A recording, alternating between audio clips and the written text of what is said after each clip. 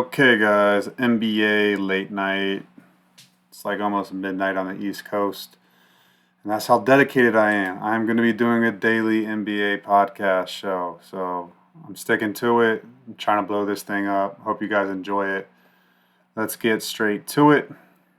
Got Boston at Washington. Line is minus 13, minus 12 and a half.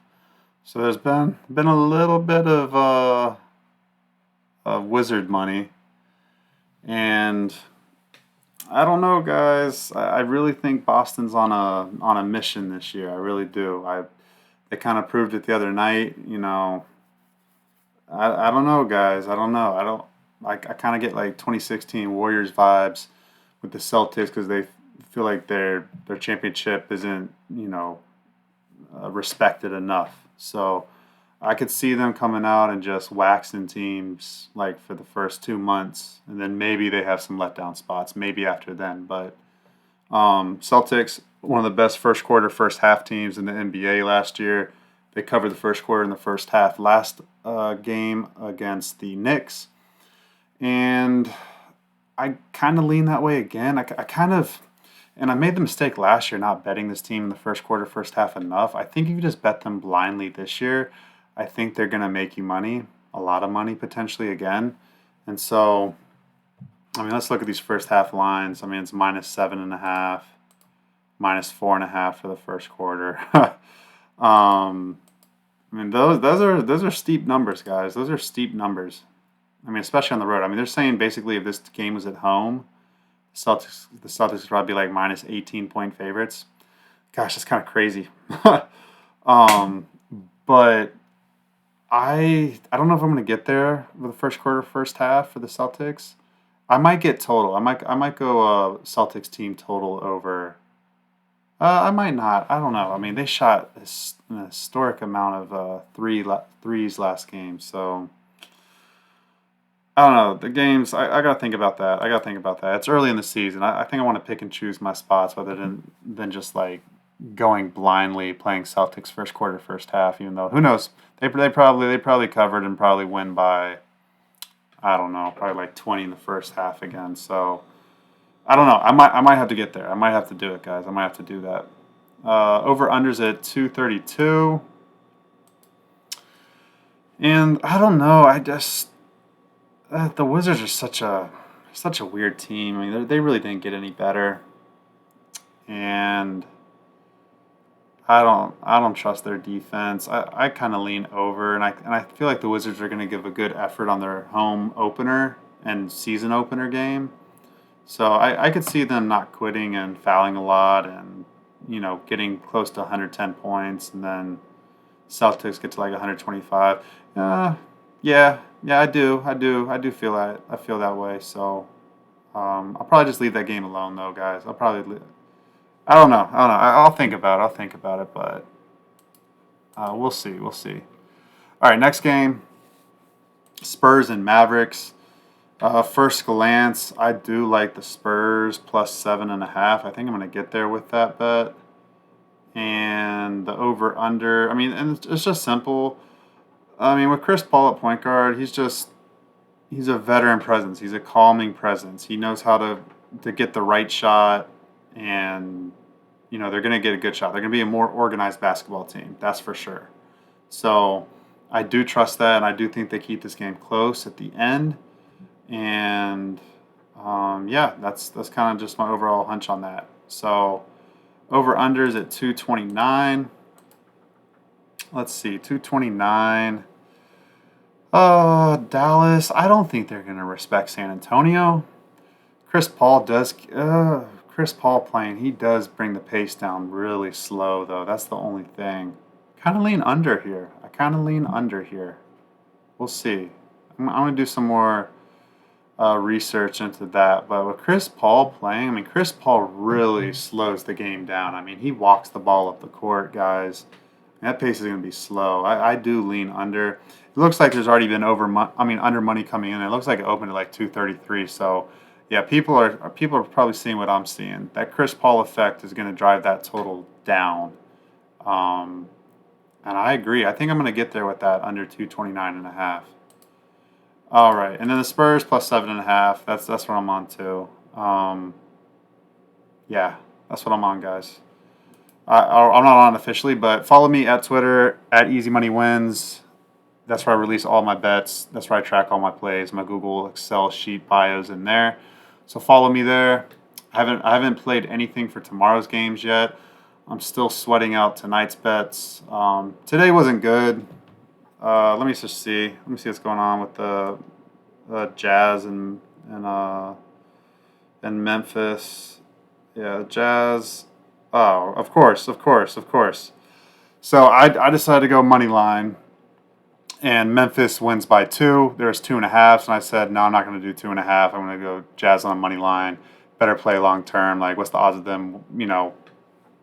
Winning by a half a point. Of course, Jazz lost by 2 exactly. So that's just kind of the day it was for me, guys. And like I've been saying, just like on my NFL. Oh, cool. So they hit a meaningless 3 with like at the buzzer with like yeah, at the buzzer. They hit a meaningless 3 at the buzzer. So that's always fun. Sorry if you had Memphis minus 2.5. I'm sorry for you guys, man, because Memphis was really in control that entire game. And yeah, Markkinen hit a 3 with 4 seconds left. So wow, that hurts. That hurts, guys. Let's see what the Wizards. I mean, oh, of course, and then the Suns are like BSing around in the third quarter with the Clippers. So Warriors are taking care of business against the Trailblazers. So that's good. So it'll be a losing night for me. Those last like 5 games were not good for me. So, but like I said, guys, it's a long season. It's a really, really, really long season in the NBA. Like this night, it wasn't fun, but I'll flush it out of my system, and then we come back tomorrow and we look at these 4 games here. So yeah, that's all you can do. You just keep placing good bets, and you don't take high juice. You go minus 110 or under, ideally minus 105, even money. You definitely do not tease in the NBA. Heck no, that's like the easiest way to lose your money. And then yeah, you just keep pushing along, guys. It's a long season. It's day 2 of the NBA season. Tomorrow's day 3. Um, Plenty of opportunity to make money. We're just seeing what these teams are, looking like and what their identities are. So yeah, it's good. It's a good feel out week. Feel what's going on. See if we can like break even, make a little bit of money. That'll be great. We'll be in a great situation, a great spot moving forward, and just keep going from there, guys. So next game is the Thunder at the Nuggets. I want to bet the Thunder so badly, guys. I think I'm going to. I just don't trust this Nuggets team right now. I mean, there's just the way that they ended last year, and I mean, they just and even in the regular season, I'm not even talking about the game against, I mean, the series against the Timberwolves. Like the way they looked down the stretch, they lost their mojo. Like the Nuggets that we knew, they disappeared down the stretch, and um, I think the Thunder are clearly the better team. It's just opening night. It's at Denver. It's hard to go against Denver at home. But I mean, there's one team to do that. I like the Thunder. I mean, the Thunder have more shooting, more depth, more youth. They're coming in. They're hungry to get back and get the season started. I do lean the Thunder. I think I'm going to get there with them. The over under is 226. That feels low for a Thunder game, and especially if you think the Thunder are gonna like play well like I do. I'd lean over. 226. That feels pretty short. But I'm not betting unders the first like week. I'm not looking to unders. I mean for overs. I'm not looking to overs because I just think these teams need a little bit of time to you know get their rhythm, get their game legs under them, and all that stuff. And I mean, I don't know. I think there are a lot of overs today, so maybe take my advice on that with a grain of salt. But yeah, I'm leaning over 226, and I'm leaning the Thunder plus 2.5. So, all right, Timberwolves and the Kings. is the last game. And wow, there's Timberwolves -1s. I disagree. I'm going to be on the Kings. That's 100% certain. I will be on the Kings. There's under money coming in. That's at 226. But just simply put, guys, the side on this, the Kings added DeMar DeRozan. They're really hard to beat at home, and I like their team. I like their coach. I think the Timberwolves again are still feeling out Julius Randle and Dante DiVincenzo, and more so feeling out life without Karl Anthony Towns. Like I think that's the bigger thing. Like Karl Anthony Towns was such a presence for that team, like both sides of the court. So I I think the Kings. Let's go with the Kings. And I mean, obviously, DeMar DeRozan. I think he just adds. I don't think the Kings didn't really lose anything last year. They're adding DeMar DeRozan, and DeMar DeRozan.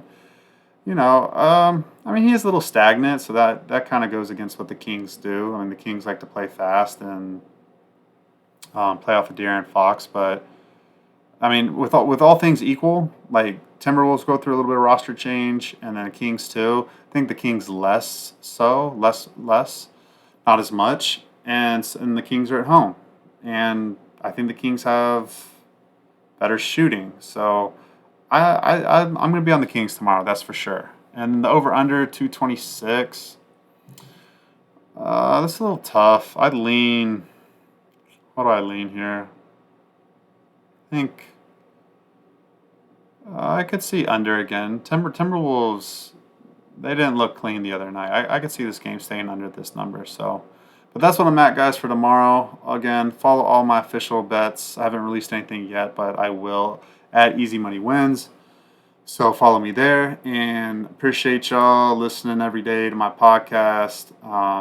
We're going to bounce back, guys. We're going to bounce back. It was a rough day today, but it's all good. It's day 2 of the NBA season. We're going to be going all the way to June 2025, so buckle up, baby. Buckle up.